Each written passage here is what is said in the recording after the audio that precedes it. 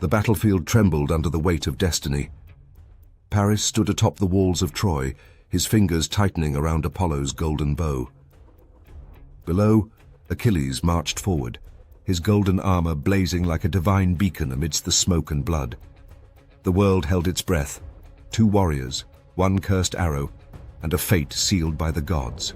The arrow flew like a divine decree, guided by a god's unseen hand.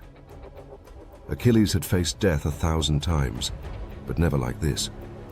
As the projectile hurtled toward him, the sky seemed to darken and time slowed. Was this truly the end of the greatest warrior the world had ever known? But fate is never so simple. The gods had their own plans, and even death could not claim Achilles so easily. As his body fell, a divine force intervened, shifting destiny itself. This was not just the end of a warrior. This was the beginning of a legend. Before we uncover the true fate of Achilles, make sure to subscribe. Step into the world of gods, heroes, and fateful battles, where myths come alive and destiny is forged in war. Paris shoots, Achilles and Apollo's intervention.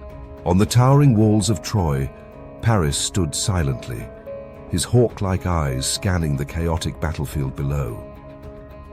The wind tousled his golden hair, carrying with it the acrid smell of smoke and the metallic tang of ichor, indelible traces of the war that had dragged on for years. In his hands was a great bow, a sacred gift from the god Apollo, intricately carved with radiant sun motifs. Slung at his side was a leather quiver filled with arrows, each one dipped in a deadly venom extracted from the venom of the most lethal snakes from the distant east. Since the day Hector fell at the hands of Achilles, Paris had not been himself. Every night, as the pale moonlight filtered through the palace windows, he lay awake, his eyes wide open in the darkness, haunted by the image of Hector's body being dragged around Troy behind Achilles' chariot. Paris tightened his grip on the bow, his slender fingers brushing the taut string, feeling the latent power in every fiber of the wood. "Today, Achilles," he whispered, his voice small but resolute, like a vow to his own soul. "You will pay for what you have done." His eyes swept across the battlefield, where the Greek army was assembling, preparing for a new assault. Achilles was not among them. He had withdrawn after Hector's death, like an injuried beast licking its injuries in the shadows. But Paris knew Achilles would soon return. He always did, like an unstoppable storm, bringing death and destruction. Suddenly a faint glow flickered beside him, interrupting his thoughts. Paris turned and saw the god Apollo materialize, his form radiant like the midday sun. The god wore a shimmering white robe, his eyes blazing like twin flames, and in his hand he held a golden arrow that gleamed with an otherworldly light. Apollo smiled, a smile both gentle and enigmatic, as if he could see through every corner of Paris's soul. "Are you ready, Paris?" Apollo asked, his voice smooth yet imbued with boundless power, like the sound of waves from the deep ocean. Paris nodded, his heart pounding in his chest. "Yes, my lord, I'm ready," he replied, his voice trembling with emotion. "Please guide my arrow so that it finds Achilles' heel." His only weakness. He had heard the whispers from the seers that Achilles, though as mighty as the gods, bore a fatal weakness in his heel. The spot his mother, the goddess Thetis, could not submerge in the River Styx when she bathed him to grant him immortality. Apollo placed the golden arrow into Paris's hand, his divine fingers lightly brushing Paris's skin, sending a strange warmth through him. "This is my arrow," Apollo said, "dipped in the venom of the River Styx. It will never miss its mark. But remember, Paris, Achilles' fate does not rest solely in your hands. The gods have their own plans." Apollo's words carried a mysterious tone, like a riddle Paris could not decipher. But he did not care for the deeper implications.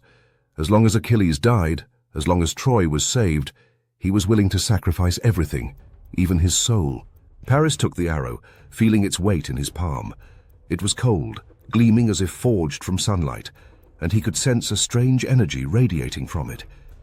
He notched the arrow onto the bow, took a deep breath, his chest swelling as if it might burst. His eyes locked onto the battlefield, waiting for the moment Achilles would appear. Achilles returns to the battlefield. On the other side of the battlefield, In the large tent pitched amidst the Greek camp, Achilles stood silently, clutching the broken arrow of Patroclus, the last memento of his dearest friend, the brother he loved more than life itself. Many days had passed since he slew Hector and dragged his enemy's body around Troy to soothe his grief. But revenge had not brought him the peace he had hoped for. Instead, it left a deep void in his soul, a loneliness that even victory could not fill. Today, he felt an overwhelming urge to return to battle, not to slay or seek glory, but to find an answer. Did all these sacrifices mean anything? Or were they just a cruel chain of fate he could not escape? Achilles donned his resplendent golden armor, each piece forged by the god Hephaestus himself, reflecting the sunlight like a living flame. He took up his long spear, its tip gleaming sharply, and his heavy round shield, then stepped out of the tent. The Greek soldiers saw him, and a thunderous cheer erupted, drowning out the wind and the nearby waves. "Achilles! Achilles has returned!" they shouted, their fighting spirit reignited after days of weariness and fear. Achilles said nothing, only nodded slightly, his deep blue eyes flashing with cold determination.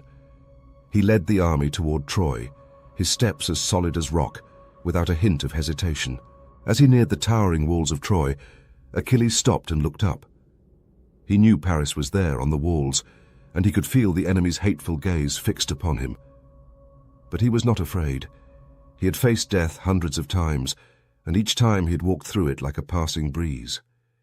He believed his fate was already determined by the gods, and if today was the day he must die, then so be it. Achilles raised his spear high, his voice booming like thunder across the battlefield. "Trojans, I do not come here to slay anymore.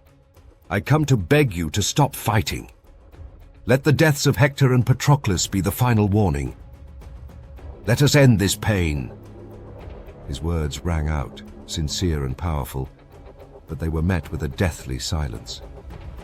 The Trojans on the walls did not respond, not a sound.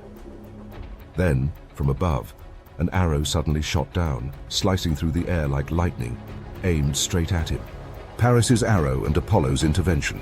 On the walls, Paris drew back the bowstring, his hand steady despite his racing heart. He saw Achilles standing there, his left heel exposed amidst the dust and dim light of the battlefield. That was the weakness he had been waiting for, the only chance to slay the invincible enemy. Paris took a deep breath, feeling the cold air fill his lungs, and released the arrow. The golden arrow flew like a shooting star, carrying Paris's prayers and Apollo's power, aimed directly at Achilles' heel. But in that fateful moment, the god Apollo raised his hand, and a faint light touched the arrow, deflecting it ever so slightly. Instead of striking the heel, where it would have slayed Achilles instantly, the arrow plunged deep into his chest, piercing through the golden armor and embedding itself in his heart. Achilles let out a horrific cry of pain, his eyes wide with shock and disbelief. He fell to his knees, clutching his chest as bright red ichor poured from his mouth, staining his magnificent armor. His scream echoed across the battlefield, like the final roar of an injured lion. The Greek army panicked, their cries of despair filling the air. "Achilles! Achilles has fallen!" They saw their undefeated hero lying motionless on the ground, and a terrible fear spread through their ranks. Paris, standing on the walls, laughed triumphantly, raising his bow in victory. "I have slayed Achilles. Troy will prevail." His voice rang out with pride and satisfaction, as if he had reclaimed everything Troy had lost. But Apollo, standing invisibly beside Paris, shook his head slightly, his divine eyes filled with deep sorrow. "You have done your part, Paris," Apollo said, his voice low like the wind through an ancient forest. "But Achilles' fate is not yet sealed." Then the god vanished in a burst of radiant light, leaving Paris alone with his fleeting joy. Achilles lay on the ground, his breathing faint, each inhale like a candle about to flicker out. Suddenly, a radiant figure appeared before his eyes, the god Apollo, in his perfect beauty, light emanating from his body like the sun. "Achilles," Apollo said, his voice as soothing as a lullaby, I have saved you from death. You will not die today, but you will face another trial." Achilles tried to speak, to ask why, to shout that he did not need this salvation, but his body had no strength left. Apollo placed his hand on Achilles' forehead, a warm energy flowing into him, and immediately Achilles fell into a deep sleep, as if his soul had been severed from the world of the living. Ajax and Automedon rescue Achilles. The Greek army, in utter panic, believed Achilles was dead. They began to retreat, leaving his body on the battlefield amidst the dust and scattered arrows. But Ajax, the towering and powerful comrade, did not believe Achilles was truly gone. He rushed to Achilles' side, ignoring the arrows raining down from the walls of Troy.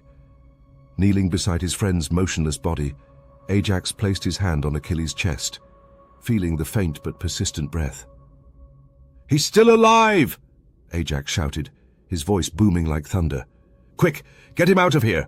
Automedon, Achilles' loyal charioteer, hurried over, his face drenched in sweat and worry. Together they lifted Achilles' heavy body, with Ajax using his large shield to protect all three from the arrows and spears of the Trojans. The Greek soldiers, witnessing this, regained their composure and formed a living barrier, fighting fiercely to protect their hero. The clash of metal, the cries of falling soldiers, and the thunder of hooves filled the air with chaos. But Ajax and Automedon did not stop. They carried Achilles away from the battlefield, heading toward a secret cave near the shore, where they knew Chiron, Achilles' centaur mentor, was hiding. The cave was concealed among the steep cliffs, its entrance covered by thick vines and deep shadows. Chiron, with his half-man, half-horse body, was a master of healing and ancient magic. He had taught Achilles from a young age, not only in combat but also in compassion and life. Now he was the only hope to save Achilles from the brink of death. Chiron heals Achilles. Inside the dark cave, the flickering light from torches hung on the stone walls illuminated a large stone table in the center. On the table were jars of dried herbs, vials of shimmering liquids, and magical stones glowing with a faint light. Chiron stood there, his wise eyes gleaming, his strong hands ready to work. Ajax and Automedon laid Achilles on the stone table, then stepped back, their breaths ragged, letting Chiron take over. Chiron leaned down, examining the injury on Achilles' chest. The arrow had been removed during the escape, but the injury still bled profusely, and a strange black color spread around its edges, a sign of the deadly venom. "This is no ordinary injury," Chiron said, his voice deep and grave. "It is tainted with venom from the River Styx, a toxin even the gods fear. Only ancient magic and divine intervention can save him." He took a small vial containing a green liquid, its pungent smell filling the air as the cap was opened. Chiron poured the liquid onto the injury, and immediately it sizzled upon contact with the ichor, hissing like fire. Achilles groaned in his sleep, his body convulsing in pain, but Chiron did not stop. He muttered ancient incantations in the language of the centaurs, his hands tracing glowing symbols in the air. A pale green light enveloped Achilles' body, seeping into the injury, and gradually the black ichor began to recede, replaced by fresh red ichor. But Chiron knew that healing the body was not enough.